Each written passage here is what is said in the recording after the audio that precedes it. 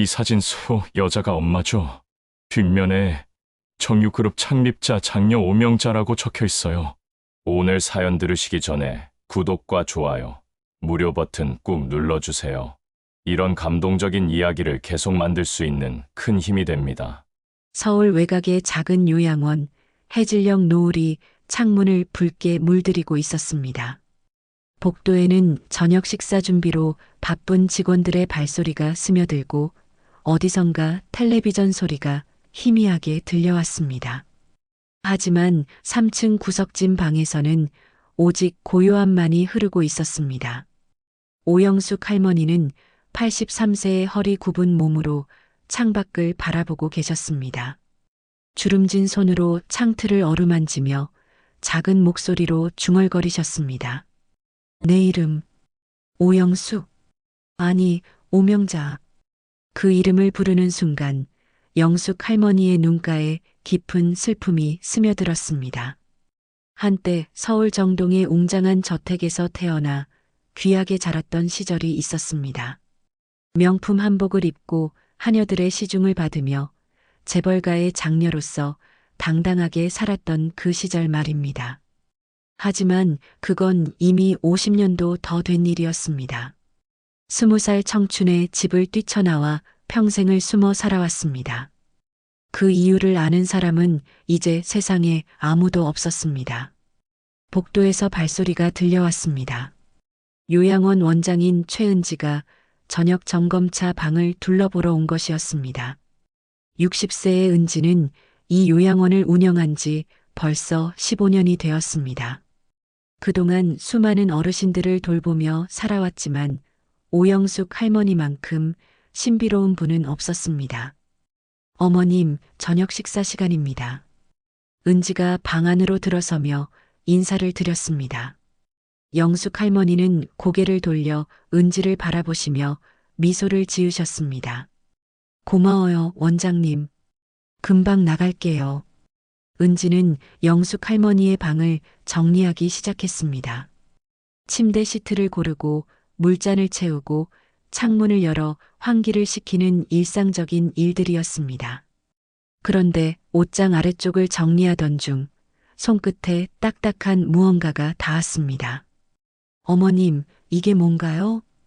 은지가 꺼낸 것은 낡은 나무 상자였습니다. 표면이 허물허물하고 모서리가 해져서 오래된 물건임을 한눈에 알 수 있었습니다. 영숙 할머니의 얼굴이 순간 굳어졌습니다.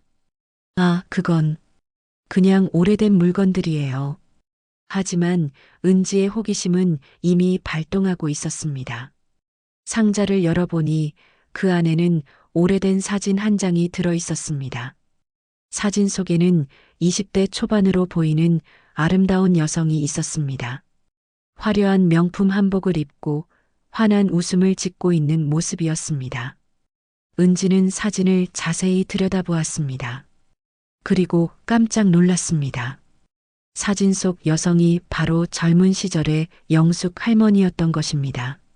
하지만 지금의 소박한 모습과는 너무나 다른, 마치 다른 세계의 사람 같았습니다. 사진을 뒤집어 보니 희미한 글씨가 적혀 있었습니다. 1971년 정유그룹 창립 기념 장녀 오명자. 은지는 사진을 쥔 손이 떨리기 시작했습니다. 정유그룹이라면 한국의 대표적인 재벌 기업 중 하나였습니다. 그리고 오명자라는 이름. 분명히 어디선가 들어본 적이 있었습니다. 어머님, 이분이 어머님 맞나요? 영숙 할머니는 천천히 고개를 돌려 사진을 바라보셨습니다. 그 순간 할머니의 눈에 눈물이 글썽였습니다. 그 시절은 이미 끝난 일이에요. 하지만 이 사진에 정유그룹이라고 적혀 있어요. 혹시 어머님이 그 회사와 영숙 할머니는 고개를 저으며 자리에서 일어나셨습니다. 하지만 은지는 직감하고 있었습니다.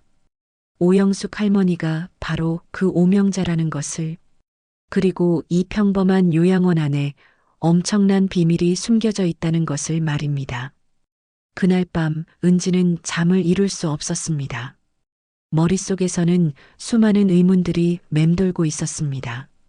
정유그룹의 장녀였던 사람이 왜 이런 작은 요양원에서 쓸쓸히 지내고 있는 것일까? 그리고 왜 자신의 진짜 이름을 숨기고 살아가는 것일까? 다음 날이 모든 것을 바꿔놓을 줄은 아무도 몰랐습니다. 며칠이 지난 어느 오후 요양원 1층 휴게실에서는 어르신들이 모여 텔레비전을 시청하고 계셨습니다. 평소와 다름없는 일상이었지만 갑자기 화면에 나타난 속보가 모든 이들의 시선을 사로잡았습니다. 속보입니다. 정유그룹 창립자 오태준 회장의 유산 상속을 둘러싼 분쟁이 법정으로 향했습니다. 현재 정태수 회장의 딸 정미래 씨가 상속권 확정을 위한 소송을 제기한 상황입니다. 뉴스 앵커의 목소리가 휴게실 안을 가득 채웠습니다.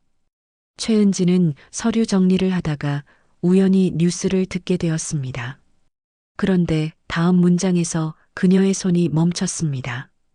특히 주목할 점은 창립자 오태준 회장의 장녀인 오명자 씨의 생사가 50년 넘게 확인되지 않고 있다는 것입니다.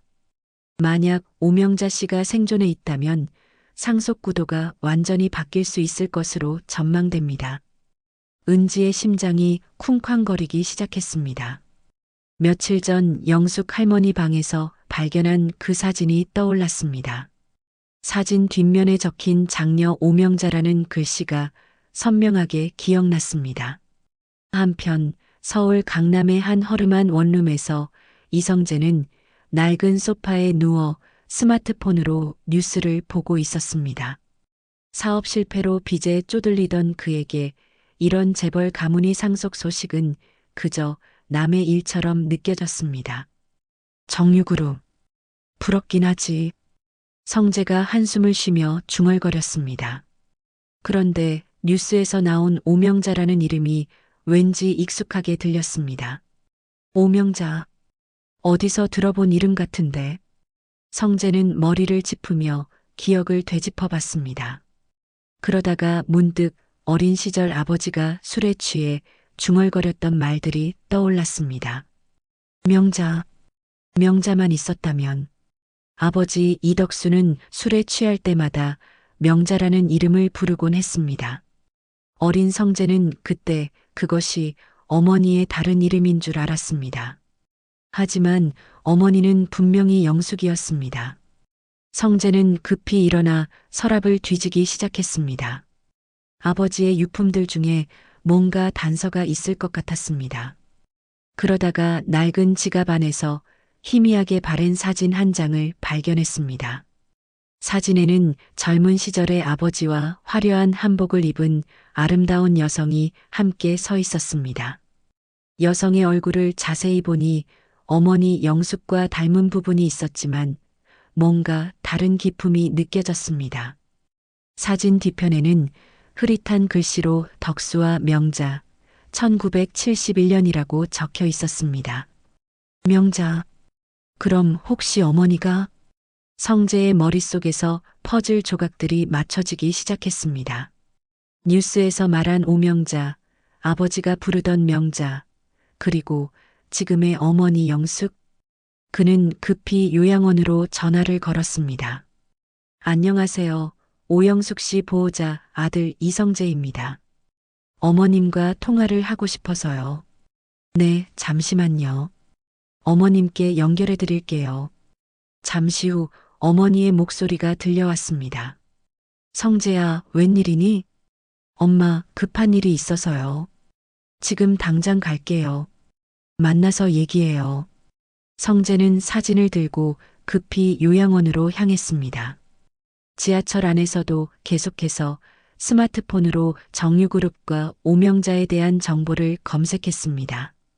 오명자, 1950년생, 정유그룹 창립자 오태준의 장녀, 1971년 이후 행적불명. 모든 정보가 일치했습니다. 나이도, 실종된 시기도, 심지어 사진 속 여성의 모습까지. 요양원에 도착한 성재는 숨을 헐떡이며 어머니 방으로 뛰어 올라갔습니다. 영숙 할머니는 창가에서 뜨개질을 하고 계셨습니다. 엄마, 성재의 급한 목소리에 영숙 할머니가 놀라며 돌아보셨습니다. 성재야, 왜 이렇게 급하게? 성재는 아버지의 사진을 꺼내 어머니에게 보여드렸습니다. 엄마, 이게 뭐예요? 영숙 할머니가 사진을 본 순간 얼굴이 창백해졌습니다. 뜨개질 바늘이 손에서 떨어졌습니다. 이걸 어디서? 아버지 유품에서 찾았어요. 엄마, 이 사진 속 여자가 엄마죠? 그런데 뒷면에는 명자라고 적혀 있어요. 영숙 할머니는 말문이 막혔습니다.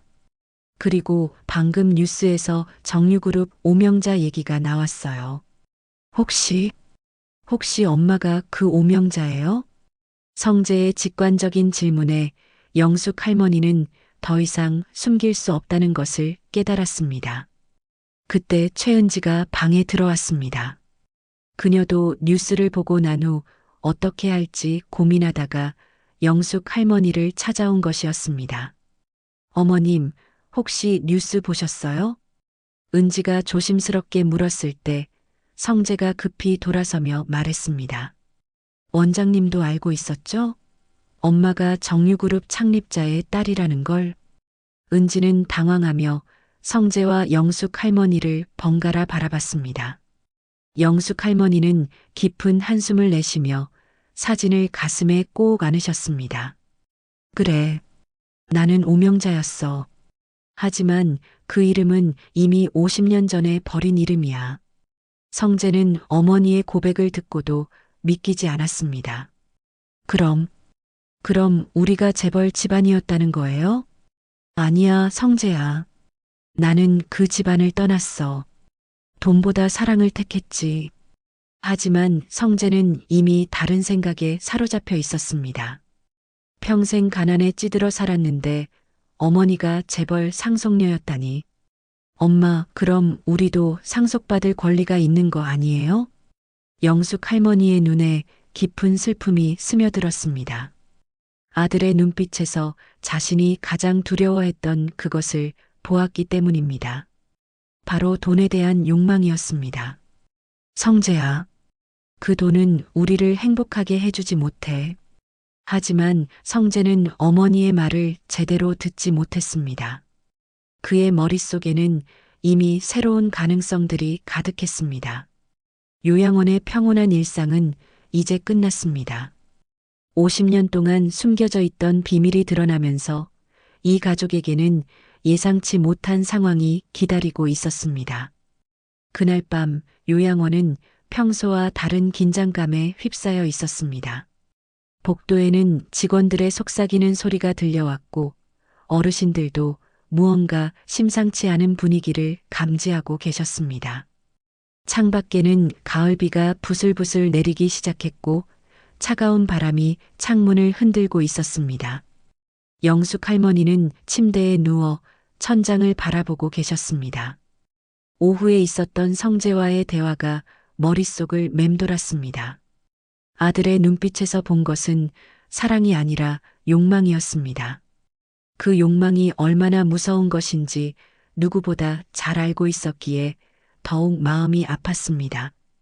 밤 11시가 넘어서자 복도에서 발소리가 들려왔습니다. 평소보다 무겁고 불안정한 걸음이었습니다. 영숙 할머니는 그 소리만으로도 누군지 알 수 있었습니다. 문이 조심스럽게 열리며 성재가 들어왔습니다. 그의 얼굴에는 술기운이 돌고 있었고 눈이 충혈되어 있었습니다. 손에는 여러 장의 프린트된 신문 기사를 들고 있었습니다. 엄마, 깨어 계세요? 성재의 목소리는 오후와는 달리 낮고 무거웠습니다. 영숙 할머니는 천천히 몸을 일으켜 앉으셨습니다. 성재야, 이 밤에 왜? 엄마, 저 더 찾아봤어요. 정유그룹에 대해서요. 성재가 침대 곁에 앉으며 신문 기사들을 펼쳐 보였습니다. 그 기사들에는 정유그룹의 역사와 창립자 오태준 회장의 이야기가 자세히 나와 있었습니다. 여기 보세요.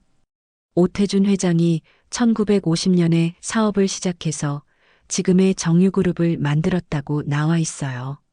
그리고 장녀 오명자는 1971년까지만 공식 석상에 나타났다가 그 이후로는 완전히 사라졌다고 해요. 영숙 할머니는 기사를 보며 옛 기억이 되살아나는 것을 느꼈습니다. 1971년 그 해는 인생이 완전히 바뀐 해였습니다. 엄마가 그 오명자 맞죠? 사진도 있고 시기도 정확히 맞아떨어져요. 성재의 목소리에는 간절함이 묻어 있었습니다. 하지만 그 간절함 뒤에 숨은 욕망을 영숙 할머니는 느낄 수 있었습니다. 성재야, 그 시절 이야기는 하고 싶지 않다고 했잖니. 하지만 엄마, 우리는 알 권리가 있어요. 왜 우리가 이렇게 살아야 하는지, 왜 아버지가 그렇게 돼버렸는지, 모든 게 이 비밀과 연관되어 있는 것 같아요. 영숙 할머니의 마음이 흔들리기 시작했습니다. 성재의 말에 일리가 있었습니다. 그동안 숨겨온 진실 때문에 가족 모두가 고통받았던 것도 사실이었습니다. 성재야, 정말 알고 싶다면 들어보렴. 영숙 할머니는 깊은 한숨을 내쉬며 이야기를 시작하셨습니다. 맞다. 나는 정유그룹 창립자 오태준의 장녀 오명자였어. 하지만 그 이름으로 살았던 시간은 너무나 짧았지. 성재의 눈이 커졌습니다. 직접 듣는 확인이었지만 여전히 믿기 어려웠습니다. 1971년 내가 21살 때였어. 아버지는 나를 정략 결혼시키려 했지. 상대방은 일본에서 사업을 하는 대기업 회장의 아들이었어. 아버지에게는 정말 중요한 사업 파트너였지. 영숙 할머니의 목소리가 떨리기 시작했습니다. 하지만 나는 다른 사람을 사랑하고 있었어. 그 사람이 바로 내 아버지였어. 이덕수, 우리 집 운전기사였지. 성재는 깜짝 놀랐습니다. 운전기사요? 그래, 가난한 집안 출신이었지만 정직하고 성실한 사람이었어. 하지만 아버지 눈에는 그저 하인일 뿐이었지. 재벌딸이 운전기사와 사랑에 빠졌다는 것, 그건 아버지에게는 가문의 수치였어. 영숙 할머니는 과거를 떠올리며 계속했습니다. 아버지는 덕수를 즉시 해고하고 나를 집에 가뒀어. 하지만 나는 덕수 씨를 포기할 수 없었지. 결국 나는 아버지의 반대를 무릅쓰고 집을 나갔어. 성재는 숨을 죽이고 어머니의 이야기를 들었습니다. 아버지는 크게 화를 내셨어. 신분을 모르는 것, 가문을 욕되게 하는 것이라며 나를 의절한다고 하셨지. 그날 아버지의 마지막 말씀이 아직도 귀에 들려. 다시는 내 딸이라고 하지 말라고. 그럼 우리에게도 상속받을 권리가 없는 건가요? 성재의 목소리가 다시 흥분되기 시작했습니다. 하지만 영숙 할머니는 고개를 저으셨습니다. 성재야, 그게 끝이 아니야. 내 아버지는 나와 결혼한 후 변하기 시작했어. 변변한 직업도 구하지 못한 상황에서 술만 먹고 노름을 일삼으면서 오로지 엄마만 믿고 있었던 거지. 내가 재벌 딸이니 언젠가는 한미천 단단히 잡을 수 있을 거라고만 생각하고 그 돈을 탐내기 시작했어. 성재의 표정이 굳어졌습니다. 처음에는 나를 사랑했어. 하지만 점점 내 과거에 집착하기 시작했지. 정유그룹에 몰래 접촉해서 나를 다시 집안으로 돌려보내려고 했어. 돈 때문에 말이야. 나는 그 사실을 알고 남편만 믿고 사랑을 택했던 나 자신이 너무 미웠어. 나 자신에 대한 모멸감으로 비참하게 하루하루를 버티면서도 성재 너를 보면서 참아낼 수 있었단다. 영숙 할머니는 눈물을 닦으며 계속했습니다. 하지만 할아버지는 외동딸의 비참한 현실을 받아들이기보다 나를 완전히 단념하셨지. 아버지는 할아버지의 무대응에 실망해서 술에 빠져 살았어. 사업도 제대로 안 되고 빚만 늘어갔지. 성재는 아버지의 변화된 모습을 떠올리며 복잡한 마음이 들었습니다. 그리고 영숙 할머니는 말을 멈췄습니다. 차마 말할 수 없는 비밀이 있었습니다. 성재가 사실은 남편의 불륜으로 태어난 아이라는 것을 어떻게 말할 수 있겠습니까?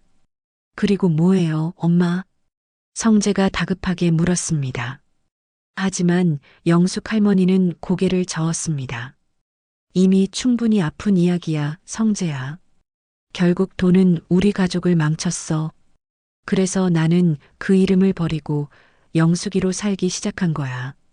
성재는 잠시 침묵했다가 갑자기 일어섰습니다.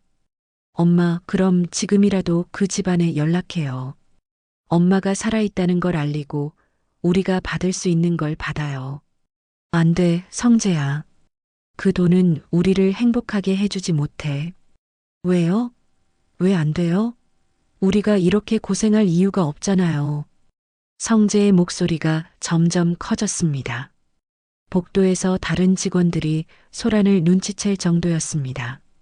성재야, 돈보다 중요한 게 있어.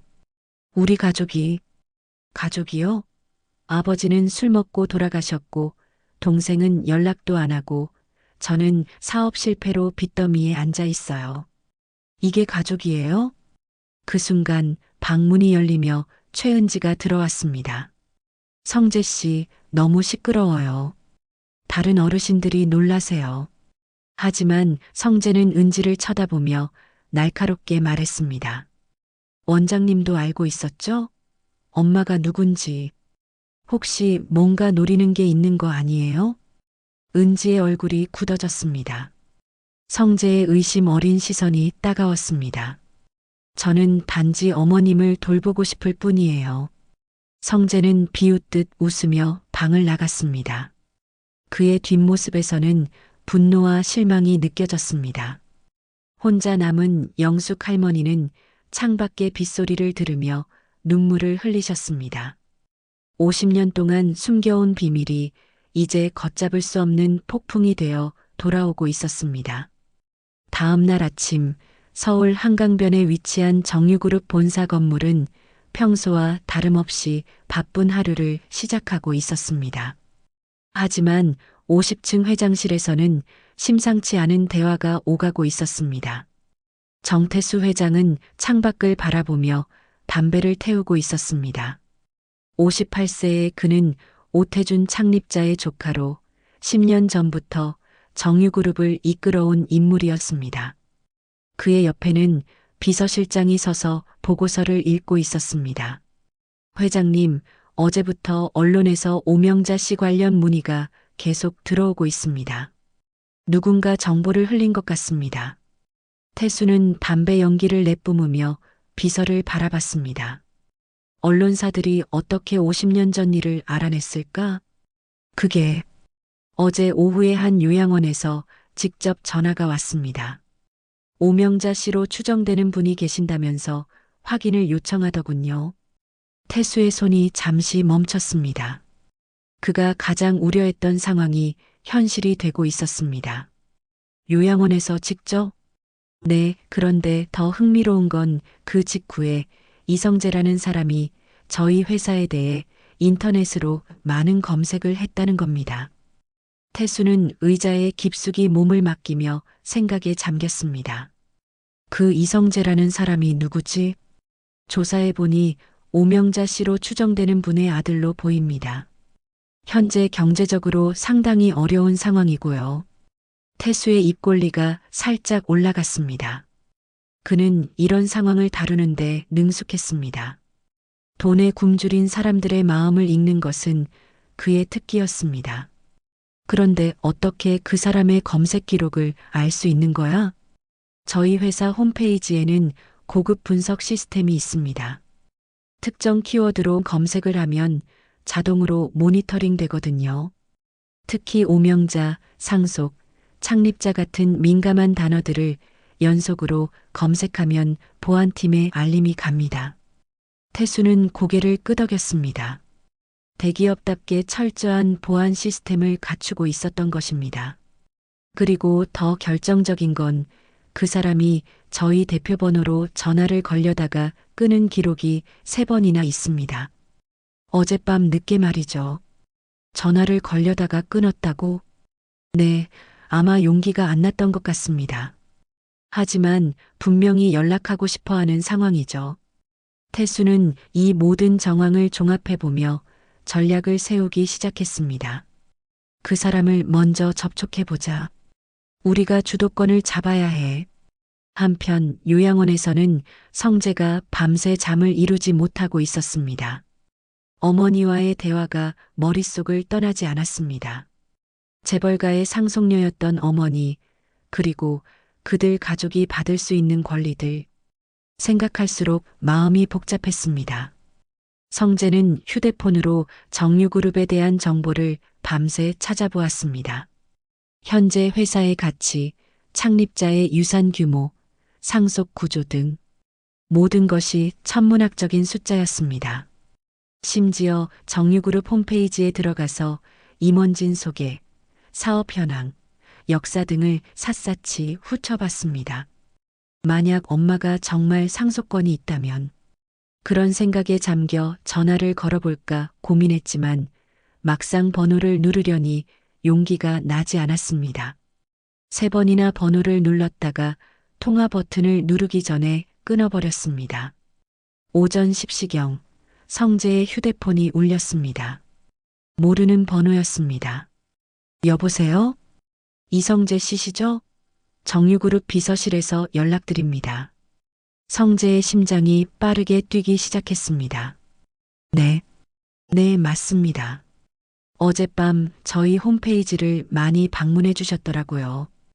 혹시 궁금한 게 있으시면 직접 만나서 이야기하는 게 어떨까요? 성재는 당황했습니다. 자신의 인터넷 검색이 들켰다는 것이 믿기지 않았습니다. 어떻게 제가 검색한 걸 아세요? 대기업은 보안이 중요하거든요. 특히 민감한 단어로 검색하시면 저희가 알 수 있습니다. 혹시 어머님이 오명자 씨와 관련이 있으신가요? 성재는 잠시 망설였습니다. 하지만 이미 들킨 상황에서 숨길 이유도 없었습니다. 네, 그런 것 같습니다. 그렇다면 꼭 만나 뵙고 싶습니다. 회장님께서 직접 뵙고 싶어 하세요. 성재는 잠시 망설였습니다. 하지만 호기심과 욕망이 조심스러움을 이겼습니다. 네, 시간 괜찮습니다. 오후 3시 성재는 정유그룹 본사 1층 로비에 서 있었습니다. 웅장한 건물과 화려한 인테리어를 보며 어머니가 한때 이런 곳의 주인이었다는 사실이 믿기지 않았습니다. 엘리베이터를 타고 50층에 도착하자 비서가 그를 회장실로 안내했습니다. 정태수는 소파에 앉아 성재를 기다리고 있었습니다. 성재 씨, 오셔서 반갑습니다. 앉으세요. 태수의 목소리는 부드럽고 친근했습니다. 하지만 그 뒤에 숨은 계산을 성재는 아직 모르고 있었습니다. 어머님이 정말 우리 고모님이 맞나요? 성재가 조심스럽게 물었습니다. 태수는 고개를 끄덕였습니다. 어젯밤 홈페이지에서 많이 찾아보셨더라고요. 관심이 많으신 것 같던데? 성재는 얼굴이 붉어졌습니다. 죄송합니다. 그냥 궁금해서요. 괜찮습니다. 당연한 일이죠. 그런데 상속 문제에 대해서는 어떻게 생각하시나요? 태수가 본격적으로 이야기를 꺼내기 시작했습니다. 솔직히 말씀드리면 고모님이 살아계시다는 것이 확인되면 상속 구조가 복잡해집니다. 법적 분쟁이 길어질 수도 있고요. 성재의 얼굴이 어두워졌습니다. 하지만 방법이 없는 건 아닙니다. 태수가 서류 봉투를 성재에게 밀어주었습니다. 고모님께서 상속을 포기한다는 서류에 서명해 주시면 대신 상당한 보상금을 드릴 수 있습니다. 성재가 봉투를 열어보니 수표와 계약서가 들어 있었습니다. 수표 금액을 본 성재의 눈이 커졌습니다. 평생 본 적 없는 큰 돈이었습니다. 그날 저녁 성재는 정유그룹에서 받은 서류 봉투를 품에 안고 요양원으로 돌아왔습니다. 복도를 걸으며 그의 마음은 천근만근 무거웠습니다. 한편으로는 평생의 가난에서 벗어날 수 있다는 희망이 있었고, 다른 한편으로는 어머니를 배신하는 것 같은 죄책감이 있었습니다. 요양원 3층 복도는 평소보다 조용했습니다. 저녁 식사 시간이 지나 어르신들은 각자 방에서 휴식을 취하고 계셨습니다. 성재는 어머니 방 앞에서 잠시 멈춰 섰습니다. 문틈으로 새어나오는 희미한 불빛과 텔레비전 소리가 들렸습니다. 문을 두드리자 영숙 할머니의 목소리가 들려왔습니다. 누구세요? 엄마, 저예요. 성재예요. 들어와라. 성재가 방에 들어서자 영숙 할머니는 침대에 앉아 뜨개질을 하고 계셨습니다. 텔레비전에서는 저녁 뉴스가 나오고 있었는데 하필이면 정유그룹 관련 소식이 흘러나오고 있었습니다. 어디 갔다 왔니? 그냥 잠깐 나갔다 왔어요. 성재는 봉투를 등 뒤로 숨기며 어머니 옆에 앉았습니다. 영숙 할머니는 아들의 불안한 표정을 놓치지 않았습니다. 무슨 일 있었니? 얼굴이 안 좋구나. 성재는 한참을 망설이다가 천천히 봉투를 꺼냈습니다. 엄마, 정유그룹에서 연락이 왔어요. 영숙 할머니의 뜨개질하던 손이 멈췄습니다. 텔레비전 소리만이 방 안의 정적을 채우고 있었습니다. 정유그룹에서? 네. 정태수 회장이 직접 만나자고 했어요. 영숙 할머니의 얼굴이 창백해졌습니다. 정태수라는 이름을 듣는 순간 50년 전의 기억들이 물밀듯이 밀려왔습니다. 태수가 아직 살아있구나. 엄마가 그 사람을 아세요? 너의 할아버지, 오태준 회장의 조카야. 어릴 때부터 탐욕스러운 아이였지. 성재는 봉투에서 계약서를 꺼내 어머니에게 보여드렸습니다. 엄마, 이거 좀 보세요. 상속권을 포기하는 대신 이만큼의 보상금을 준다고 해요. 영숙 할머니가 수표의 금액을 본 순간 깜짝 놀랐습니다. 상상하지 못했던 큰 돈이었습니다. 성재야, 이 돈이 뭔지 아니? 보상금이라고 했어요. 엄마가 그동안 겪은 고생에 대한. 아니야. 영숙 할머니가 단호하게 말씀하셨습니다. 이건 입막음 돈이야. 태수가 나를 영원히 묻어버리려는 거지. 성재의 얼굴이 당황스러워졌습니다. 그래도 엄마, 이 돈이면 우리가 다시 시작할 수 있어요. 제 빚도 갚고 엄마도 더 좋은 곳에서 편하게 지내실 수 있고.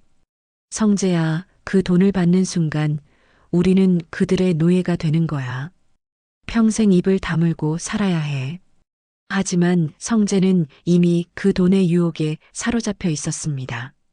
평생 가난에 찌들어 살아온 그에게 이런 기회는 2번 다시 오지 않을 것 같았습니다. 엄마, 정말 안 될까요?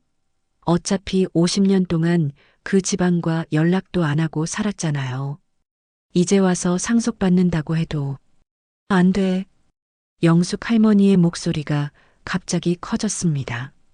그 순간 복도에서 발소리가 들렸습니다. 어머님, 괜찮으세요? 최은지가 문을 두드리며 들어왔습니다. 방 안의 긴장된 분위기를 느낀 은지는 조심스럽게 두 사람을 바라봤습니다. 무슨 일이세요? 성재가 계약서를 급히 감추려 했지만 은지의 눈에 띄었습니다. 그게 뭐예요, 성재 씨? 아무것도 아니에요. 하지만 은지는 성재의 거짓말을 눈치챘습니다.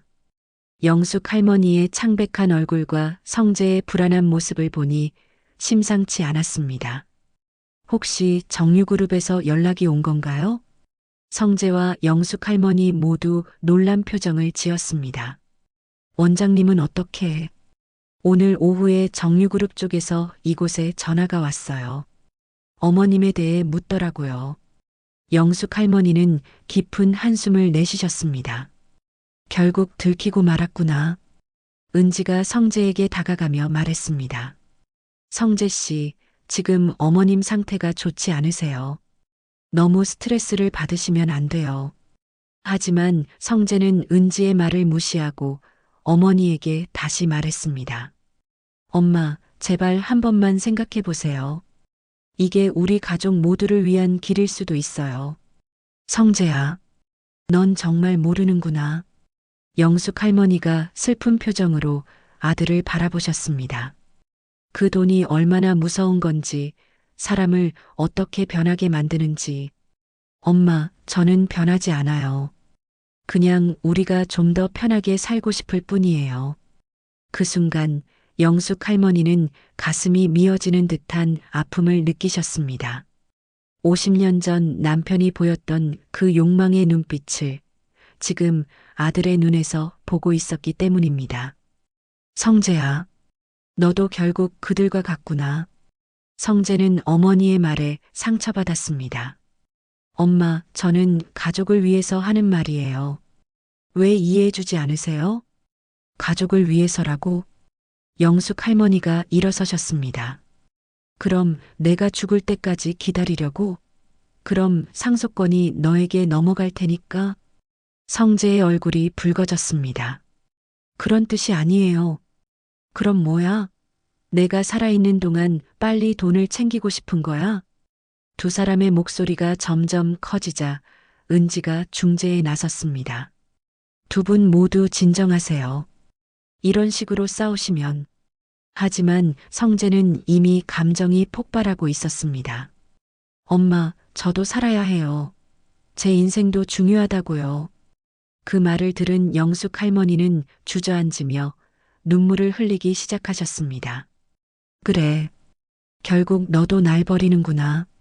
성재는 어머니의 눈물을 보며 잠시 정신이 들었습니다. 하지만 이미 마음은 기울어진 상태였습니다. 엄마, 미안해요.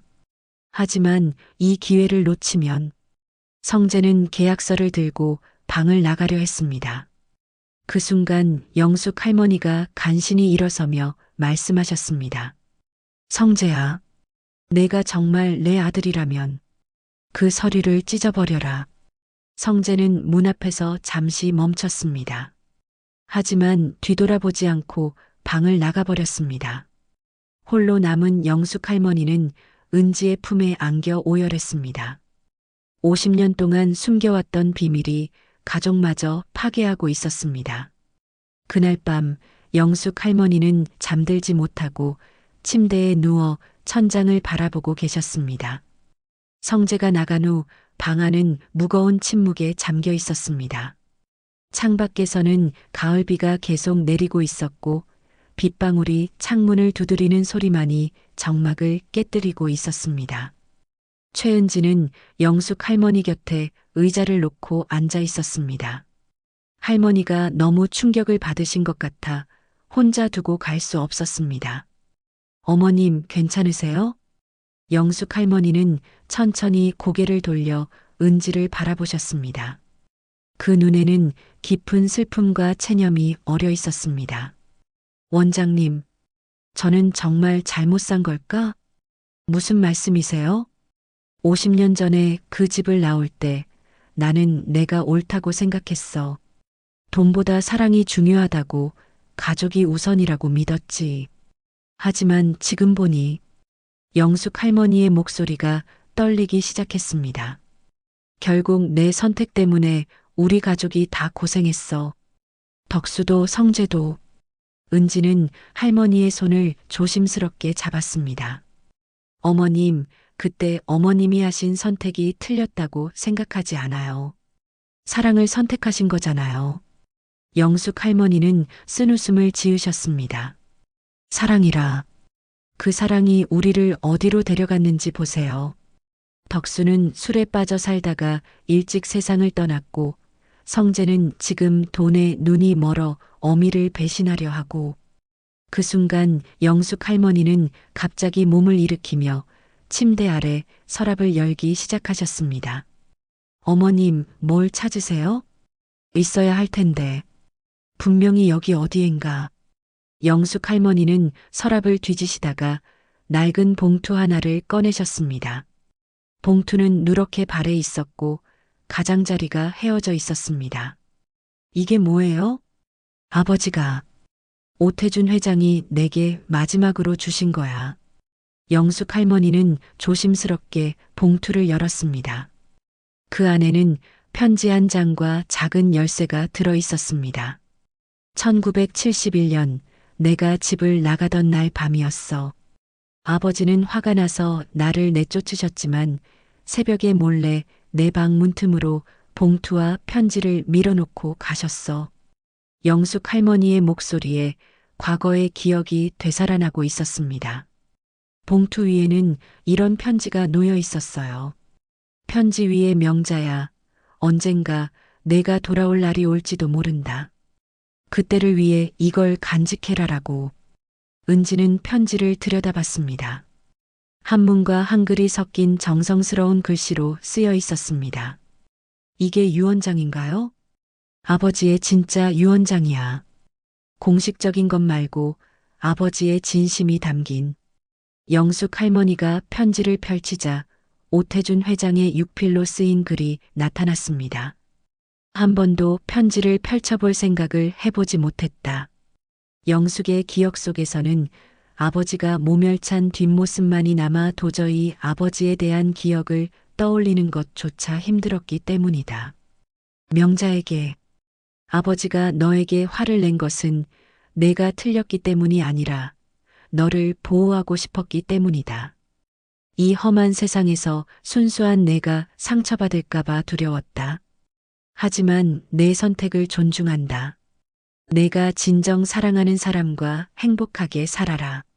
그리고 언젠가 내가 어려움에 처했을 때 이 열쇠를 기억해라. 은행 금고 번호 1971. 너를 위해 남겨둔 것이 있다. 편지를 읽은 은지의 눈에 눈물이 글썽였습니다. 어머님, 할아버지께서 어머님을 정말 사랑하셨구나. 영숙 할머니도 눈물을 흘리며 편지를 가슴에 안으셨습니다. 그래, 아버지는 나를 미워하신 게 아니었어. 나는 50년 동안 아버지가 나를 버리셨다고 생각했는데, 그때 갑자기 방문이 열리며 성재가 들어왔습니다. 그의 얼굴은 흥분으로 상기되어 있었고, 손에는 정유그룹 비서실장의 명함이 들려 있었습니다. 엄마, 큰일 났어요. 성재의 급한 목소리에 두 여성이 놀라며 그를 바라봤습니다. 뭔 일이야? 정유그룹에서 다시 연락이 왔어요. 내일까지 답을 안 주면 언론에 공개한다고 해요. 영숙 할머니의 얼굴이 창백해졌습니다. 말도 안 되는 협박인 걸 알면서도 마음속에서는 너무 화가 나고 당황스러웠다. 언론에? 네, 어머니가 오명자라는 사실을 신문에 실어버린다고 해요. 그럼 우리는 아무것도 못 받고 시끄러워지기만 할 거라고. 성재는 어머니가 손에 들고 있는 편지를 보고 눈을 크게 떴습니다. 그게 뭐예요? 영숙 할머니는 편지를 가슴에 꼭 안으며 말씀하셨습니다. 너의 할아버지가 남기신 진짜 유언장이야. 진짜 유언장이요? 성재가 다가서려 하자 은지가 그를 막았습니다. 성재 씨, 어머님이 너무 지치셨어요. 내일 이야기해요. 하지만 성재는 편지에 대한 호기심을 감출 수 없었습니다. 엄마, 그 편지에 뭐라고 쓰여 있어요? 혹시 상속에 관한 내용이? 성재야. 영숙 할머니가 날카롭게 아들을 불렀습니다. 너는 정말 돈 이야기밖에 안 들리니? 내 할아버지의 마지막 말씀인데. 성재는 잠시 위축되었지만 곧 다시 말했습니다. 미안해요, 엄마. 하지만 지금 상황이 급해요. 정유그룹에서 압박하고 있고 우리가 선택할 시간이 얼마 없어요. 영숙 할머니는 편지를 다시 봉투에 넣으며 깊은 한숨을 내쉬셨습니다. 성재야, 내가 정말 그 돈을 받고 싶다면 받아라. 성재의 얼굴이 밝아졌습니다. 정말이에요, 엄마. 대신 조건이 있어. 영숙 할머니의 목소리가 단호해졌습니다. 그 돈을 받는 순간 너는 더 이상 내 아들이 아니야. 나는 내 진짜 아들에게만 이 편지를 남겨주고 싶어. 성재는 어머니의 말에 얼어붙었습니다. 엄마, 그게 무슨 말이에요? 영숙 할머니는 성재를 똑바로 바라보며 말씀하셨습니다. 성재야, 사실 너는 그 순간 은지가 급히 할머니를 말렸습니다. 어머님, 안 돼요. 지금은 너무 감정적이세요. 영숙 할머니는 은지의 손을 뿌리치며 일어서셨습니다. 아니에요, 원장님.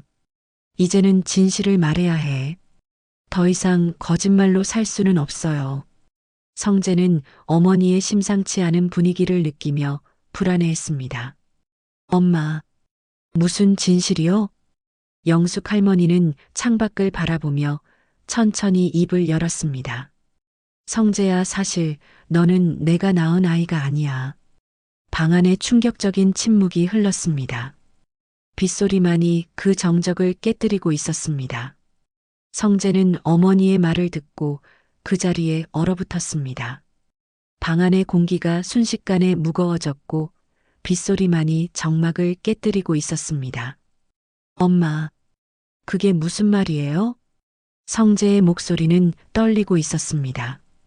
영숙 할머니는 창밖을 바라보며 오랫동안 숨겨온 진실을 털어놓기 시작하셨습니다. 내 아버지 이덕수는 나와 결혼하기 전에 다른 여자를 사랑했어. 그 여자가 너를 낳았지. 하지만 그 여자는 너를 낳고 세상을 떠났단다. 성재는 무너지는 듯한 충격을 받았습니다. 그럼 저는 덕수와 결혼 후 어느 날 덕수가 너를 데려왔을 때 나는 망연자실했지만 마음 한 곳에서 내 아이처럼 키워야겠다고 다짐했어. 너는 큰 눈망울로 엄마를 부르며 울다가도 엄마가 안아주면 뚝 그치곤 했지. 엄마는 너를 정말 사랑했거든. 핏줄이 아니어도 내 아들이라고 생각했어. 최은지는 이 상황을 지켜보며 가슴이 아팠습니다. 50년 동안 숨겨온 가족의 비밀이 이렇게 폭로되는 것을 보는 것은 너무나 고통스러웠습니다. 성재는 한참을 멍하니 서 있다가 갑자기 웃기 시작했습니다. 그것은 슬픔과 절망이 뒤섞인 비참한 웃음이었습니다. 그럼 저는 정말 아무것도 아니군요. 오명자의 아들도 아니고 정유그룹과도 아무 상관없고. 성재야, 그럼 제가 지금까지 뭘 위해 산 거예요? 엄마라고 부르며 살아온 게 다 거짓말이었다는 거예요? 성재의 목소리가 점점 커지자 영숙 할머니가 일어서서 그에게 다가갔습니다. 성재야, 혈연은 중요하지 않아. 내가 너를 진짜 아들로 사랑했어. 하지만 성재는 어머니의 손길을 뿌리쳤습니다. 사랑이요? 그럼 왜 진실을 숨기셨어요? 저한테는 거짓말만 하시면서 사랑한다고요? 그 순간 복도에서 급한 발소리가 들려왔습니다.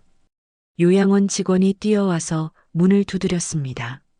원장님, 큰일 났어요. 은지가 문을 열자 직원이 숨을 헐떡이며 말했습니다. 경찰이 왔어요. 그리고 기자들도 몰려오고 있어요. 영숙 할머니의 얼굴이 창백해졌습니다. 기자들이? 네, 정유그룹 상속녀 발견이라고 하면서 난리가 났어요. 성재는 급히 창문으로 달려가 밖을 내려다봤습니다. 요양원 앞에는 여러 대의 차량이 몰려 있었고 카메라를 든 기자들이 보였습니다. 엄마, 어떻게 해요? 정유그룹에서 정말 언론에 흘린 것 같아요. 영숙 할머니는 깊은 한숨을 내쉬며 침대에 앉으셨습니다. 결국 이런 날이 오고야 말았구나. 은지가 급히 말했습니다. 어머님, 일단 다른 곳으로 피하시는 게 좋겠어요. 아니에요, 원장님. 이제 더 이상 숨을 수 없어요. 50년 동안 도망쳐 왔는데 이제는 끝을 내야 해. 그때 요양원 1층에서 소란스러운 소리가 들려왔습니다. 경찰과 기자들이 몰려든 것 같았습니다. 영숙 할머니는 서랍에서 오태준 회장의 편지를 다시 꺼내셨습니다. 성재야, 내가 정말 내 아들이 되고 싶다면 이 편지를 가지고 은행에 가라. 엄마, 은행 금고 번호 1971. 거기에 내 할아버지가 남겨둔 게 있을 거야. 성재는 편지를 받아들며 눈물을 흘렸습니다. 엄마, 미안해요. 제가 너무 욕심을 부렸어요. 영숙 할머니는 성재의 손을 잡으며 미소를 지으셨습니다. 성재야, 혈연이 중요한 게 아니야. 마음이 중요한 거지. 너는 내 진짜 아들이야. 그 순간 방문이 열리며 경찰관 2명이 들어왔습니다. 오영숙 씨, 아니 오명자 씨 맞죠? 영숙 할머니는 고개를 끄덕이셨습니다. 네, 맞습니다. 정유그룹에서 신고가 들어왔습니다. 상속 관련해서 조사가 필요합니다. 그때 경찰관 뒤로 정유그룹 임원들이 들어왔습니다. 그 중에는 정태수 회장의 측근인 법무팀장도 있었습니다. 오명자 씨, 저희와 함께 가셔야겠습니다. 영숙 할머니는 천천히 일어서셨습니다. 알겠습니다. 하지만 그 전에 할 말이 있습니다. 영숙 할머니는 가방에서 오태준 회장의 편지를 꺼내 보였습니다. 이것은 정유그룹 창립자 오태준 회장의 친필 유언장입니다. 법무팀장의 얼굴이 굳어졌습니다. 그게 진짜라는 보장이 있습니까? 필적 감정을 해보시면 됩니다. 그리고 이 열쇠도 있습니다. 영숙 할머니가 작은 열쇠를 보이자 법무팀장이 당황했습니다. 그 열쇠의 존재를 알고 있었기 때문입니다.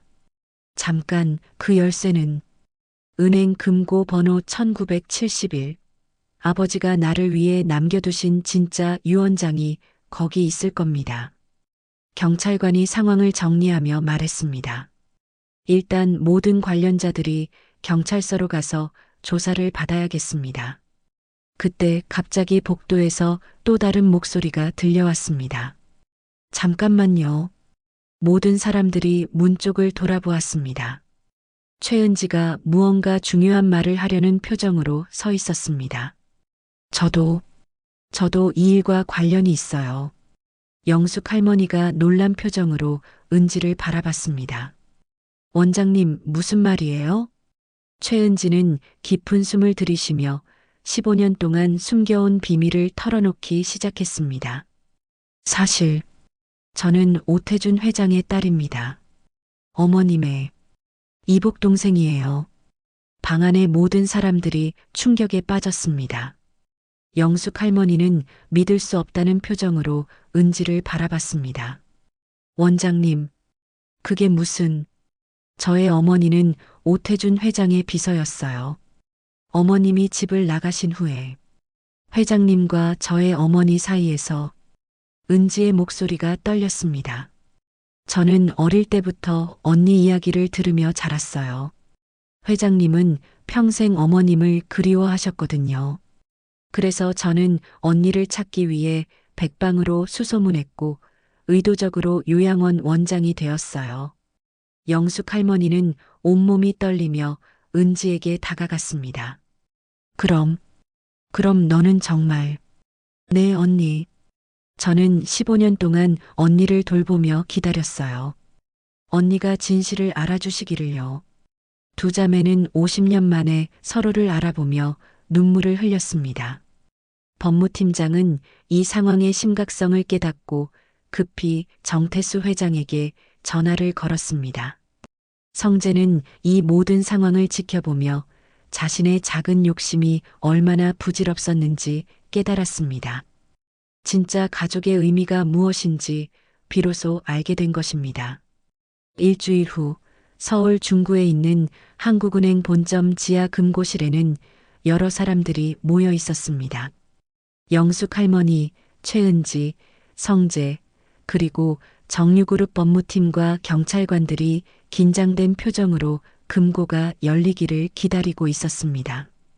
은행 직원이 1971번 금고를 열자 그 안에서 두꺼운 서류 봉투와 함께 작은 나무 상자가 나왔습니다. 봉투 겉면에는 오태준 회장의 친필로 사랑하는 딸 명자에게 그리고 내가 만나지 못한 손자들에게라고 적혀 있었습니다. 영숙 할머니는 떨리는 손으로 봉투를 받아들였습니다. 50년 만에 아버지의 진짜 마음을 확인하는 순간이었습니다. 유언장의 내용을 확인한 법무팀장의 얼굴이 창백해졌습니다. 거기에는 예상을 뛰어넘는 내용이 적혀 있었습니다. 본인의 전 재산 중 40%는 장녀 오명자에게, 30%는 최은지에게, 20%는 명자의 양아들 성재에게, 나머지 10%는 정태수에게 상속한다. 성재는 자신의 이름이 적힌 것을 보고 눈을 크게 떴습니다. 저도 유언장에? 영숙 할머니는 아버지의 편지를 읽기 시작했습니다. 목소리가 점점 떨렸습니다. 명자야, 내가 이 편지를 읽고 있다면 아버지는 이미 이 세상 사람이 아닐 것이다. 아버지가 너에게 화를 낸 것을 용서해다오. 사랑한다는 말을 제대로 해주지 못해 미안하다. 너의 남편 덕수가 데려온 아이도 내 손자나 다름없다. 혈연보다 중요한 것은 마음이라는 것을 아버지도 늦게나마 깨달았다. 그 아이가 너를 진짜 어머니처럼 따르며 자란다면 그것만으로도 충분히 우리 가족이다. 편지를 읽던 영숙 할머니의 목소리가 멈췄습니다. 눈물이 글자를 흐려 더 이상 읽을 수 없었습니다. 성재가 조심스럽게 다가가 편지를 이어받아 읽었습니다. 성재야, 너는 어머니를 통해 이 편지를 읽고 있을 것이다. 내가 크는 모습을 할아버지는 멀리서 지켜볼 수밖에 없었다. 하지만 언제나 너와 엄마를 지켜보고 있었어. 혈연이 아니어도 진짜 효자로 자란 내가 자랑스럽다. 내 어머니 명자를 평생 잘 돌봐주기 바란다. 성재는 편지를 읽으며 무릎을 꿇고 울기 시작했습니다.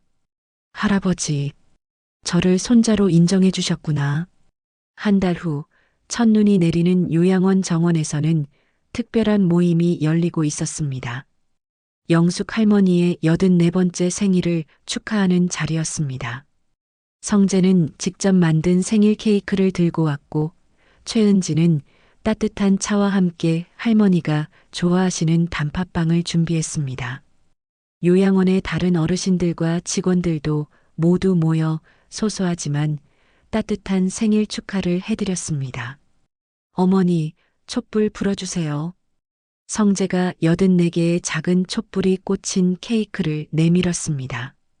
영숙은 촛불을 불며 소원을 빌었습니다. 우리 가족이 영원히 이렇게 행복하게 살 수 있기를. 촛불을 끄자 모든 사람들이 박수를 쳤습니다. 그 순간 성재가 무릎을 꿇고 영숙 앞에 앉았습니다. 엄마. 성재의 갑작스러운 행동에 영숙이 놀라며 말했습니다. 성재야, 왜 갑자기? 어머니는 저에게는 세상에서 가장 소중한 분이세요. 그리고 이제 어머니를 진짜 어머니로 모시고 싶어요. 성재는 주머니에서 작은 상자를 꺼냈습니다. 이건 제가 직접 만든 반지예요. 저희 카페 이름을 새겼어요. 어머니의 사랑 카페요. 상자를 열자 소박하지만 정성이 담긴 은반지가 들어 있었습니다. 반지 안쪽에는 작은 글씨로 영원한 가족이라고 새겨져 있었습니다. 영숙은 반지를 받아들며 눈물을 흘리셨습니다. 성재야, 정말 고맙다. 엄마가 이런 선물을 받을 자격이 있을까? 최은지도 감동받아 두 사람을 바라보며 눈물을 흘렸습니다.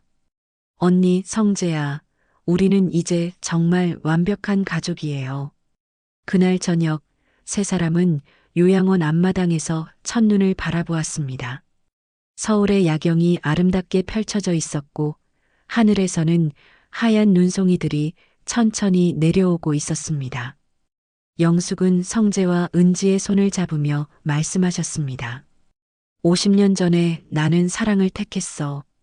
그때는 그 선택이 옳은 것인지 몰랐지만 지금 보니 그게 우리를 이렇게 만나게 해준 거구나.